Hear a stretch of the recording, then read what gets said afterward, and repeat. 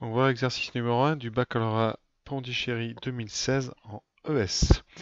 Donc c'est un QCM, je vous laisse le faire, vous mettez pause et j'attaque la correction immédiatement. Voilà. Donc il y a quatre questions.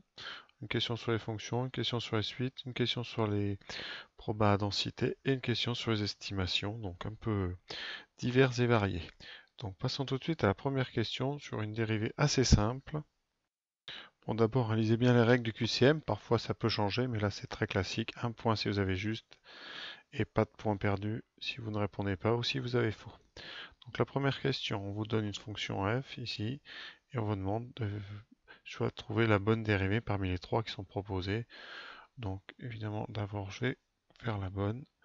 Donc, quand on dérive, donc vous avez une soustraction. Donc, on dérive chaque terme séparément. Donc, il faut dériver 3x et dériver 3x, c'est 3. Et ensuite, il faut dériver donc x ln de x avec un moins devant. Donc c'est un produit x ln de x. Donc il faut dériver ça comme un produit. Ça veut dire qu'on va poser u égale x. Donc u' vaudra 1. V vaut ln de x. Et v' vaut donc la dérivée de ln de x, c'est 1 sur x. Et pour dériver un produit, c'est u' v plus v' u. Voilà, et j'ai gardé le moins en réserve, donc je vais utiliser mon produit à l'intérieur de la parenthèse. Ça me donne donc u'v, donc une fois ln de x, donc ln de x, plus x fois 1 sur x.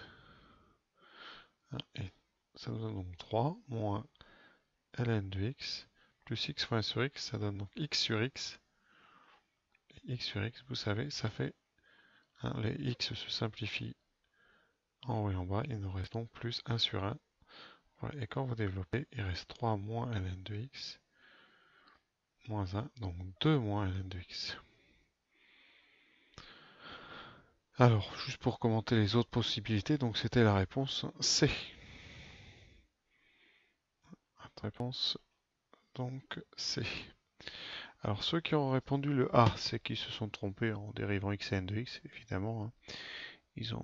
C'est qu'ils ont dérivé. Vous voyez comment? Alors, pour expliquer l'erreur, c'est les élèves qui ont dérivé le x, ça donne 1, et le n qui donne 1 sur x. C'est ceux qui ne savent pas dériver un produit, qui ont, au lieu de faire u'v plus v'u, ont fait up'. Voilà. Peut-être que vous êtes reconnus d'ailleurs. Ensuite, pour ceux qui auront répondu la B, hein, c'est ceux qui finalement donc ont dérivé le x sans dériver le ln de x, comme si c'était une constante. Voilà. Donc ça c'est assez peu fréquent. Peut-être certains ont fait l'erreur numéro A. Voilà. Donc question numéro 2. Donc là on nous parle de somme de termes d'une suite géométrique. Je vais vous rappeler la formule. Hein. Les sommes des termes d'une suite géométrique. Donc ici, ça veut dire que vous avez U0 plus U1, U2, U3, U4 jusqu'à U12, puisqu'il faut 13 termes. Et ça, dans le cours, c'est donc le premier terme, U0, multiplié par 1 moins la raison puissance le nombre de termes, donc 13, sur 1 moins la raison.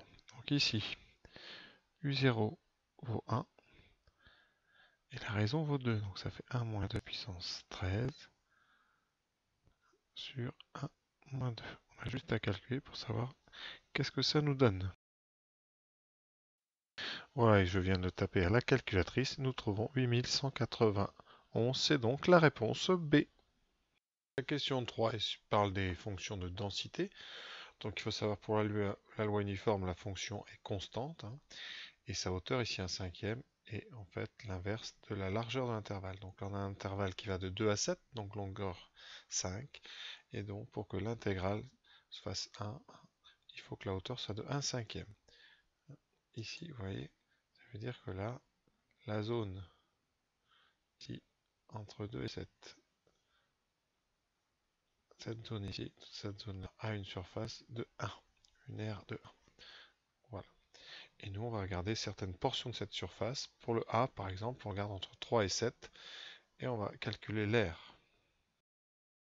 Voilà, donc la probabilité entre 3 et 7 est donc l'aire qu'il y a sous la courbe, ici, entre 3, dans toute cette zone ici, jusqu'à donc 7. Ça veut dire que vous avez 4 colonnes sur les 5 qui sont identiques. Donc ici, la probabilité n'est pas de 1 quart, mais de 4 cinquièmes. Voilà. Pour l'espérance, c'est du cours. L'espérance d'une loi uniforme, c'est sur AB, c'est B moins A sur 2. C'est donc normalement 7 moins 2 sur B plus A sur 2. C'est le milieu entre 7 et 2, donc B plus A sur 2, donc 7 plus 2 sur 2, c'est-à-dire 5. Ici. Voilà, par là. Et donc là, forcément, la bonne réponse, c'est la réponse B. On va quand même vérifier par les calculs. La probabilité de donc P de X plus grand que 4. Donc vous regardez, au niveau de l'air, vous avez donc 1, 2, 3 colonnes sur les 5. Ça veut dire que vous aurez 3 cinquièmes comme probabilité, c'est-à-dire 60%. Et entre 2 et 5, vous avez ici donc 3 colonnes aussi sur les 5, donc 3 cinquièmes. Si vous voulez appliquer le cours, la probabilité entre 2 et 5, c'est donc 5 moins 2 sur 7 moins 2, c'est-à-dire 3 sur 5. Et pour 4, ce sera tout ce qui va de 5 jusqu'à 4, donc la longueur de l'intervalle entre 5 et 4 divisé par la longueur de l'intervalle total, 7 moins 2, on a bien 5e, donc la réponse B est la bonne. Donc pour cela, il faut juste connaître son cours sur l'intervalle de fluctuation à 95%. Ici, on ne parle pas d'asymptotique, hein, mais ça ne changerait pas grand-chose. Mais ici, donc, il faut savoir que pour faire l'intervalle de fluctuation, on enlève 1 sur racine carrée de n et on le rajoute 1 sur racine carrée de n. Donc l'amplitude, c'est donc le double de racine carrée de n, de l'inverse de racine carrée de n, c'est-à-dire 2 sur racine carrée de n. Par conséquent, il faut juste calculer 2 divisé par racine carrée de n dans les 3 cas et trouver celui qui va donner 0,02 et c'est évidemment le dernier, parce que racine carrée de 10 000 c'est donc 100 et 2 divisé par 100 c'est donc 2 fois 0,01 0,02. Donc on a la bonne amplitude, donc la bonne réponse c'est la réponse C. Et voilà, donc l'ordre des réponses qu'il fallait donner, c'était donc C, B, B et C. Donc voilà l'exercice numéro 1 du baccalauréat Pondichéry 2016 en ES. Donc c'est un QCM, je vous laisse le faire, vous mettez pause et j'attaque la correction immédiatement. Voilà, donc il y a 4, j'attaque, donc 4 questions.